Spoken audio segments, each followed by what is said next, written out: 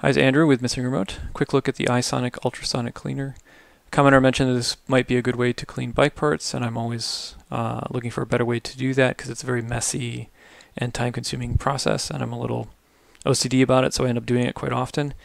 In this case, I took the cassette and chain off my wet weather bike, which was pretty gritty from a month or so of riding in nasty weather here in Chicago.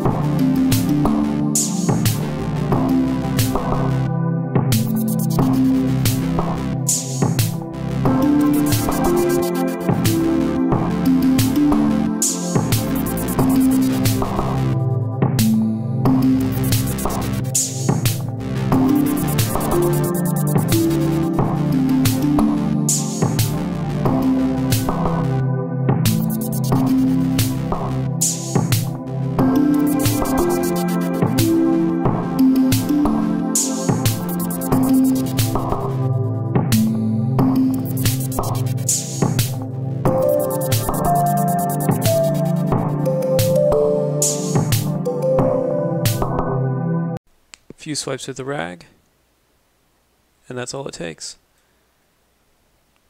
Very impressive. Before